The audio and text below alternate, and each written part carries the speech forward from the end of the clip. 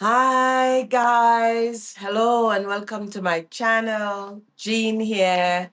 Yeah, you know what? Like and subscribe, okay, guys? I think that's what they all say when you come onto, the YouTube channel. Anyways, so this is, I'm not sure what number in my series. I'm still in sharing about my spiritual journey. And the thing is, my spiritual journey keep evolving and evolving. So here I am. I'm done at the ashram, and I'm back home. And life has changed. Life has changed for me. My life has upgraded. And but my husband life isn't change or upgrade. My ex-husband at the time. Just, I want to mention here that my ex literally is and was one of the best human being that I know. And I want to give him his flowers. He was an excellent human being, and he still is, because he's still alive here in the world. But I'm not with him, but he was a very, very much an amazing human being. And I would always be grateful for him when he was in my life. Anyways, when I came back from the ashram, I everything about me has changed. I couldn't see the world the same way I did as when I went in, and that this. When you go into when you step out from the world that you know and you go into a new world, literally you go into a new world. When you come out, you change. You have changed. I have changed. Not you, but me. I have changed. And so even the first day I left the ashram, I was surprised that the world actually kind of looked the same. I was like, you know, I went to the gas station, and they still had those magazines, and talking about people in the world, and people magazines, and us magazines and whatever. And I was just like, I thought everything changed. But anyway, it's just my perspective, and but it was just interesting how protected I was inside of that cohort, inside of that safe space, living my life. When I arrived back home, my ex at the time, he actually built me a room of my own. And I did have a nice little prayer room. It was up in the attic. He kind of created an attic, and and chanting was my thing. I love chanting. I think I was chanting every day. I'm sure I have driven the man crazy. Um, but a few things I did after. I did teach yoga. It was very challenging to teach yoga. I lived in Banff, and if you know Banff, Alberta, which is Canada Leiden National Park, it's quite white. It's just white people. I don't know why I live here. Well, I do know why I live here. It is beautiful. It's gorgeous. Um, I've been a tourist. I've lived like a tourist for many years in Banff, and I think also I live in community, which is interesting.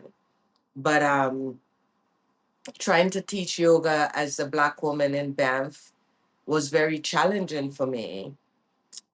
And it was a struggle. I also got my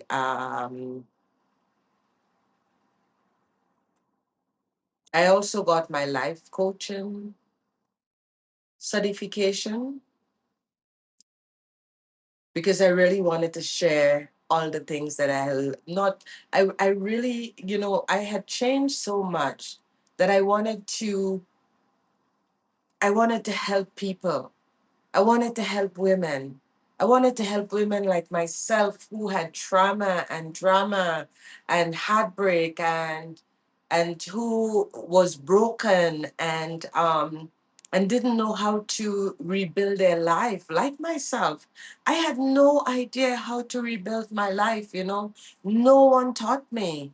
No one. And here I am living in this really white space, right? Really white space. And no offense to my friends and the people I know and whatever, but the facts is the facts. And so it was a struggle for me. You know, building my life coaching business was an extreme struggle for me. Now, prior to, you know, having a life coaching business, which never really left the ground, I actually used to run a cleaning service. And my cleaning service was making six figures. And I didn't want to I didn't want to run a cleaning business anymore. It didn't I don't get me wrong, I love my cleaning business. I love the people that I clean for. I love the staff that I had more than 12 staff. I hire people from the Philippines. You know, I treat my staff and them really well, and they can attest to that.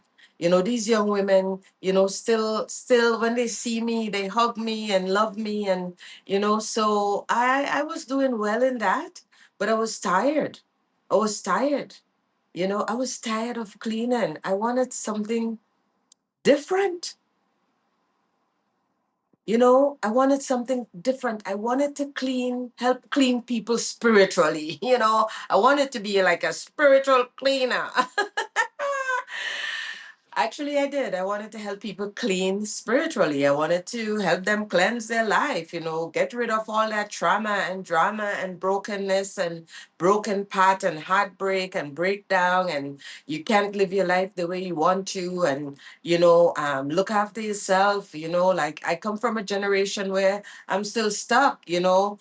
Um, I'm still in the place where I'm breaking the all the generational traumas, and I'm hoping that it's a ripple effect and it ripple out into my family. But the truth be told, out here, you know, wanting to build a life coaching business, I had no one. I had no one. I just had myself. I didn't know that I can ask people for help. I think the people that I did ask for help, they weren't interested in helping me. Yeah, they weren't interested in helping me because I was collaborating with someone and I didn't even know that they pull out of the collaboration. And I feeling a little bit emotional, so I don't know if I am not going to speak on that. But anyways, it was a struggle. Uh, um, it was a struggle to transition from cleaning people home to cleaning their emotional and mental and spiritual stuff. It was a struggle to do that because I had no help. I didn't know how to market myself. I still don't. Um, and so that was a bit of a struggle for me. But I think the biggest thing that came out from all the work I did from the ashram was writing my book, Secret of an Island Girl. And that took years. That took years and years and years for me to write. Well, for me to actually start to write it. Um, it took me 25 years to tell the story of the book that I want to write, excuse me. And when I started, I started somewhere around 2009, dabbling in it a little bit. I'm going to go into the book a little bit more in details another time. But anyway, I actually started started a more of a more confident journey in writing my book. Um, so that is something that came out directly from my time at the ashram. Um, I think I'm going to stop here for today. Yeah, I think I'm going to stop here for today. I'm not even sure if I'm going to share this. Yeah, I will. I will, because you know what? I am here practicing, and I am here as I practice gaining confident. I do have my book and my notes, um, but you know, this is where I'm at. So subscribe and like my channel, and go look at the other ones if you haven't looked at them yet. And yeah, I can't wait to see you in the next video, or I can't wait for you to see me in the next video, because I'm sure that I have so much to offer you.